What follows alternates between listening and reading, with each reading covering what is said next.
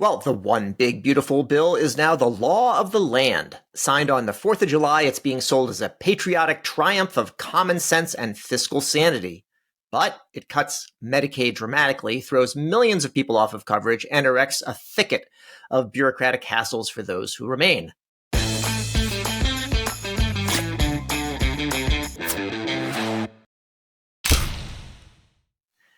Welcome to CareTalk, America's home for incisive debate about healthcare, business, and policy. I'm David Williams, president of Health Business Group. And I'm John Driscoll, the chairman of Yukon Health. Well, John, you and I are true patriots. We both celebrate our birthdays the same week as Uncle Sam. So how does that feel this year? Well, I'm kind of down, Dave. I mean, this kind of gruesome mishmash of a bill. But tell us, Dave, what does the big, beautiful bill mean for healthcare, high level? So it is a big one, John, and it means for healthcare, big cuts in Medicaid, stricter eligibility, reducing access to the Affordable Care Act, and trying to prop up rural hospitals, and at the same time, they're being knocked down. I think, Dave, the other thing that's really important to think about is the minimum of $3 trillion added to the national debt. I mean, that's at the low estimate. The downstream effects of this bill are going to be higher interest rates for the country. What those higher interest rates also mean is higher interest rates for every hospital. So there's a two-part effect here, one on healthcare and the second on the economy. And if the economists are right and interest on the debt goes up just because we owe a lot more money and our debt becomes then a little bit more expensive, the downstream knock-on effects, or it's going to impact everyone, not just car loans for those and mortgages for those individual consumers, but it's also going to affect every hospital in America. But maybe, Dave, we dig into this Medicaid piece. Maybe for our viewers, kind of what is Medicaid and who does it cover and how is that, then let's get into the impact. Well, Medicaid is the joint federal and state program for those with low income and those with disabilities. And Medicaid, that's originally kind of its focus. Now, it expanded significantly over the years, and in particular with the Affordable Care Act. One of the main ways of getting people into coverage was expanding the eligibility, including to men, people that don't necessarily have children. And so it expanded it, and also to people with a little bit higher income levels. So Medicaid has become pretty big. And for states, John, it's typically the biggest item in their budget. Yeah, no, Medicaid covers 73 million people in America. Over 40% of the births in the United States are covered by Medicaid. In the state of Connecticut, where I live, it's 1 out of 8 residents are covered by Medicaid. And to your point, that's a mix of the vast majority of them are people who are very poor or working poor or disabled or moms who are having children. And then there's this expansion category that as part of the Affordable Care Act, extended coverage to workers who wouldn't typically get coverage from their employers.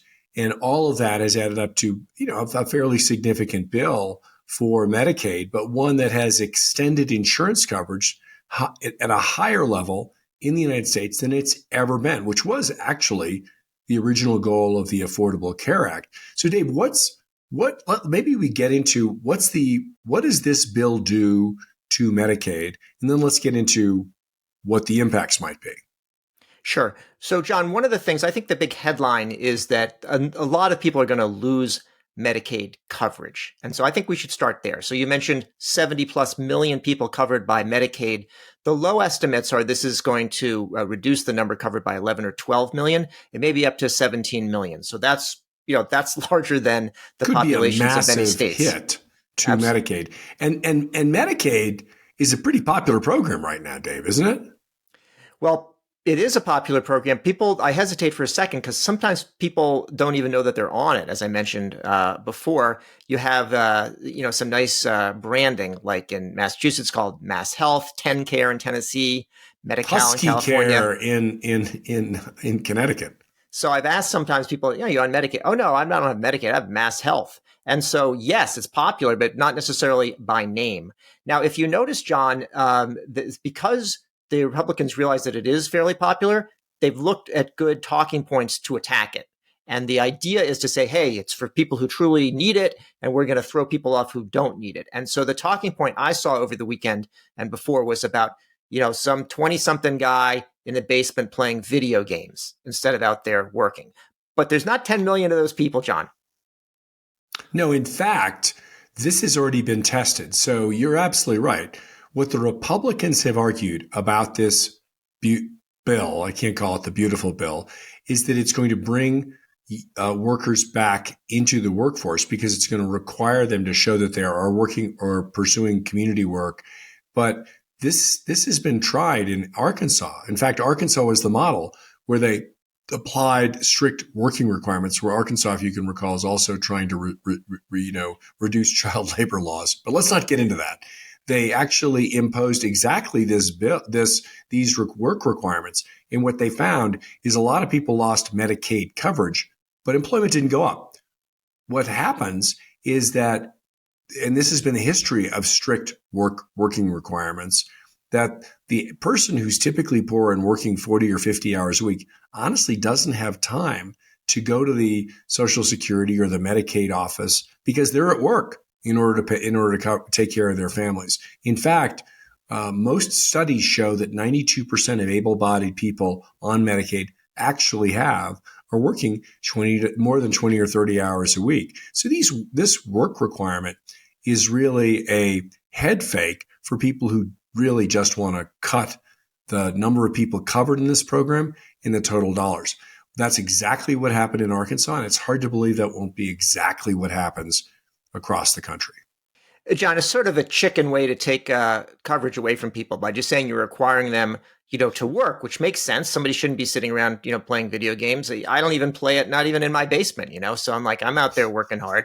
But it doesn't actually impose new work requirements. It imposes new requirements for documentation, which is all the time. And if you just hassle people enough, you're just erecting these bureaucratic barriers, and it just prevents people from being able to get the benefit. 20 years of history of trying this, like excess paperwork and documentation. It's ironic to me, Dave, that the anti-bureaucracy, anti-government party is basically extending government bureaucracy and overreach to try to use documentation as a way to deny people coverage.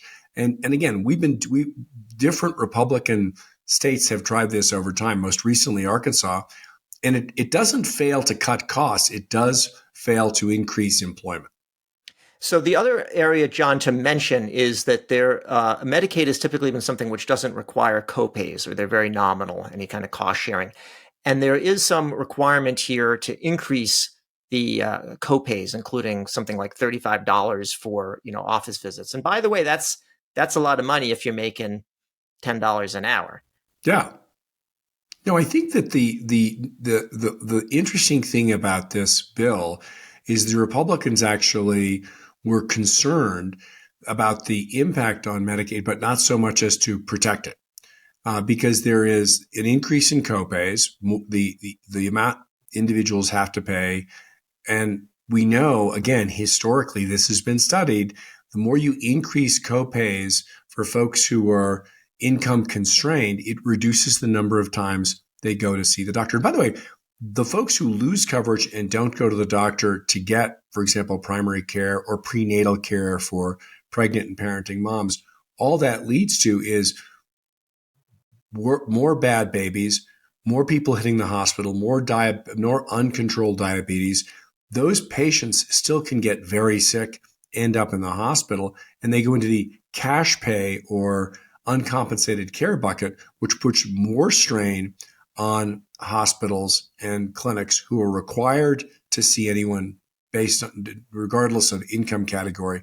But it also is likely to reduce the number of doctors, the independent doctors in the community, who have the choice as to whether to cover someone who's covered on Medicaid, Medicare, or commercial. So all of this is going to restrict coverage and create obstacles to care, but that doesn't actually reduce the burden, the healthcare pain and the economic burden to the rest of us. So how do you think that's going to work out, Dave?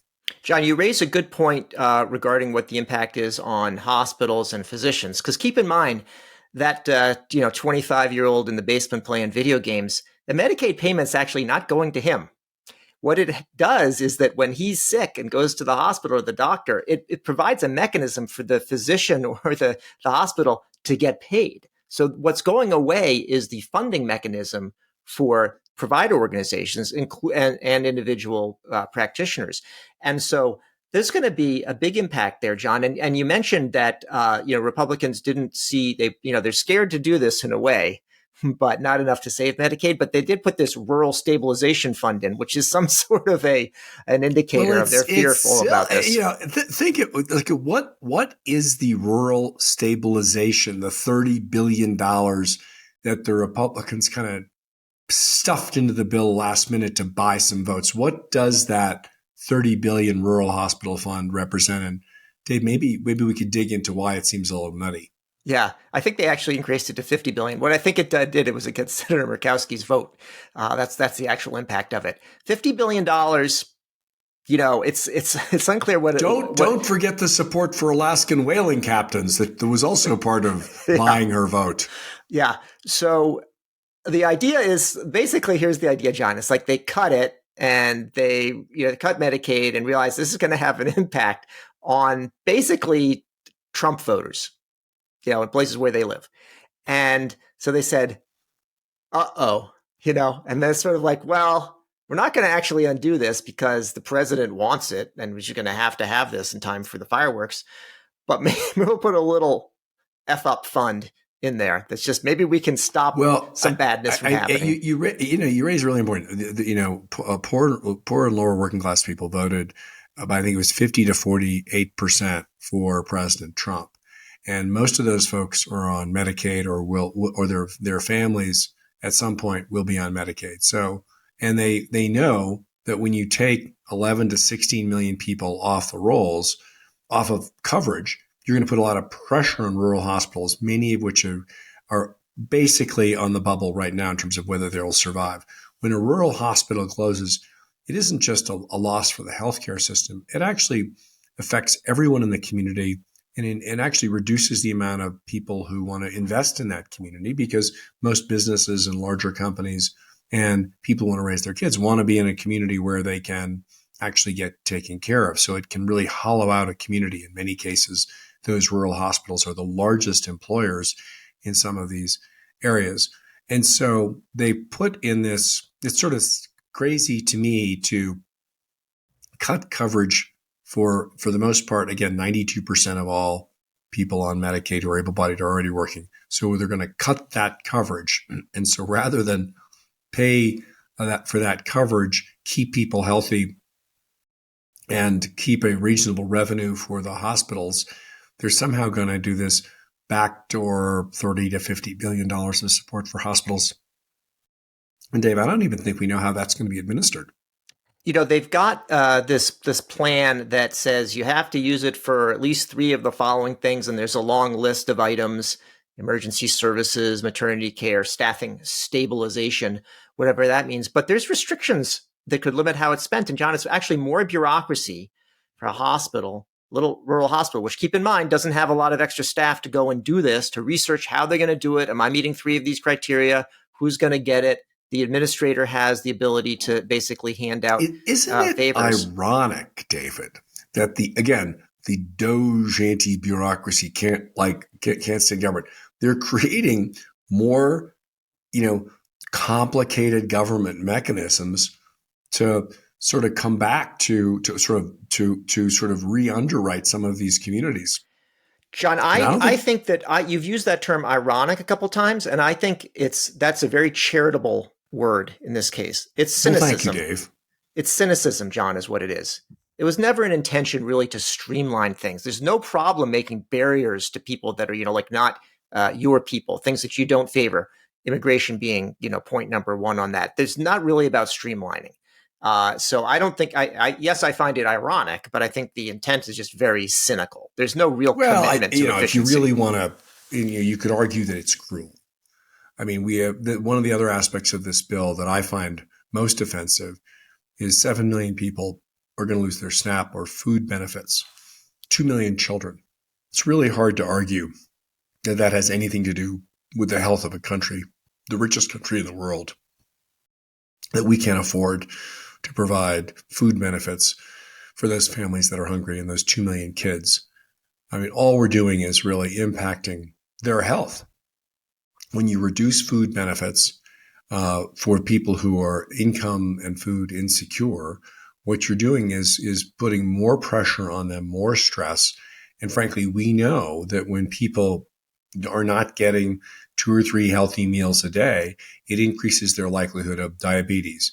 It impacts for kids their development of IQ.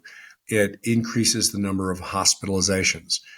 So what I think that a bill that, again, the majority of the benefits of this bill are going to wealthy and near wealthy people.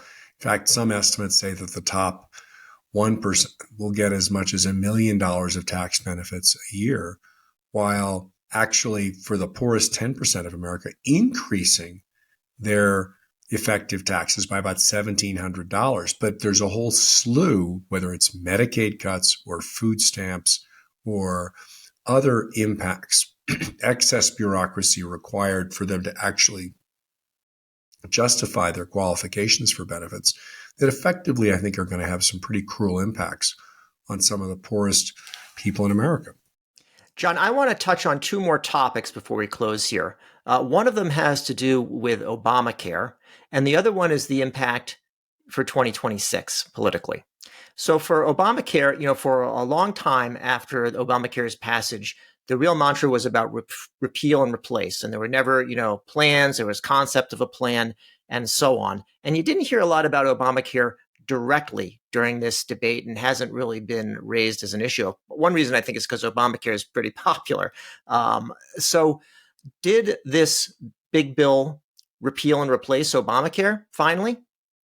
No, it's just shredding and undermining it. I mean, the Obamacare is health insurance for all Americans, or for as many Americans as we could afford, is incredibly popular among Americans. They know that Obamacare extended access to insurance beyond through the exchanges and through the Medicaid extensions of subsidies. So effectively what Obamacare does, or the bill does, or the prior regime under Obama and Biden, is it extended through Medicaid the subsidies for folks who otherwise wouldn't get individual or group insurance.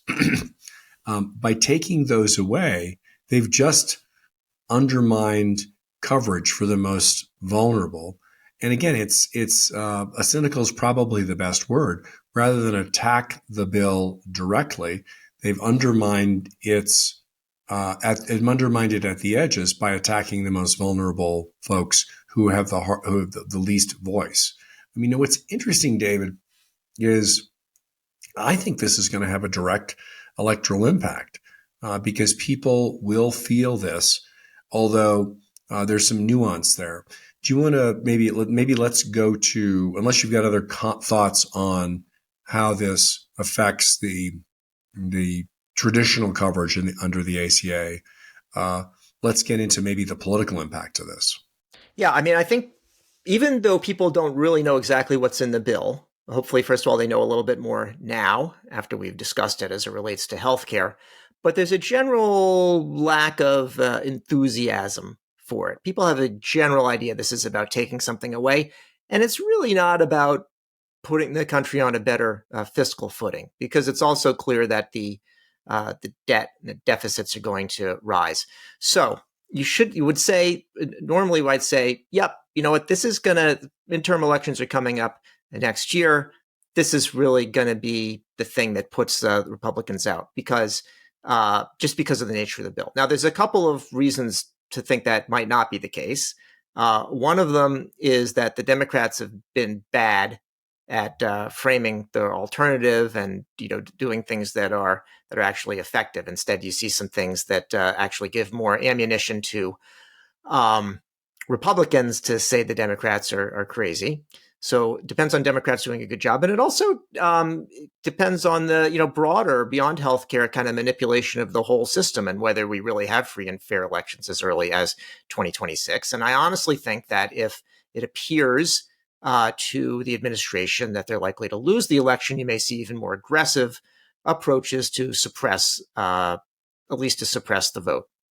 Well, let's before we go there, I think that there are some. What is the where does this bill sit right now? While there's a lot of noise and fanfare about this bill, I think Quinnipiac found that only 27% of registered voters supported this bill, with a 53% opposed.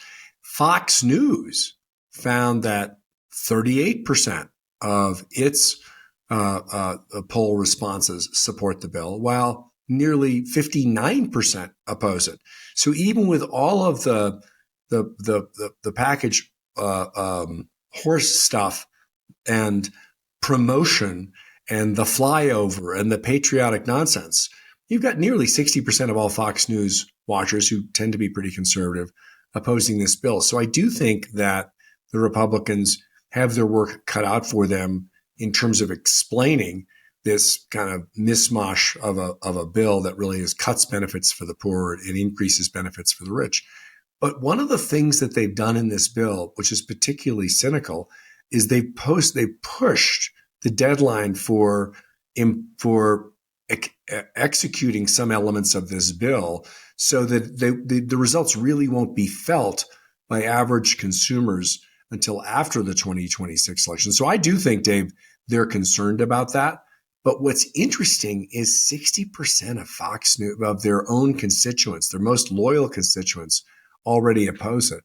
I think this is a takeaway for many Americans, but it's a gift for the Democrats if they know what to do with it. Agreed, John. I mean, objectively, this should be an easy bill to run against. It doesn't benefit many people individually. It's a very small number of individuals that would benefit from it. It definitely harms people directly. And you could also see that even at the headline level, it increases the debt and the deficit. So you not really have a trade-off. Okay, well, we're fiscally responsible, but there's this pain. There's plenty of pain and no gain. There's a belief. I think it's almost religious in the Trump administration that by extending these tax cuts to the rich and pushing even more benefits that are, including to kind of real estate titans and others, that somehow there'll be and the combination with tariffs will increase the rate of growth, which will overcome the massive deficits that they're creating. But the results would suggest, and no economist without a political agenda has agreed with them, that debt and deficit will, increase the debt and deficit, and frankly, increase the concentration of wealth at the very high end. And those wealthy people are not those who are part of the consumer economy. They'll just invest in the market. I think it was the U.S. Council of Catholic Bishops, not typically a terribly progressive organization, that when it was talking about this bill said it takes from the poor to give to the wealthy. I don't think we need to, there's not much to contradict in what the bishops wrote. And I think that message is one that undermines Trump's appeal and the Republicans' appeal to the working and the lower class. I think it's going to be very, very interesting to see how this plays politically. And there's a lot of other, small cuts to healthcare that they're not so small when done at a national level, whether it's the different ways that hospitals and states have typically funded Medicaid through taxes, or tweaks to the system called FMAP. That's the way the states and the feds actually match. There are, beyond the headline number of the 11 to 16 million people who will lose coverage, which is the biggest healthcare impact, and the cut in food stamps or food benefits to 7 million people. There are a whole series of other cuts and changes that ultimately undermine the states and the federal government's commitment to make sure that poor people can actually get health insurance, and that the system, hospitals and federally qualified health centers, the local health centers, are funded in a way that can sustain themselves in poor and middle class neighborhoods. Well, that's it for yet another episode of CareTalk. We've been talking about the one big, beautiful birthday week, John, for the country and for you and for me. If you like what you heard, I hope that you're going to subscribe. John, maybe you could get a second subscription to CareTalk. I'm David Williams, president of Health Business Group. And I'm John Driscoll, the chairman of the Yukon Health System. If you like what you heard or you didn't, particularly on this upbeat review of the big budget bill, we'd love you to subscribe on your favorite service.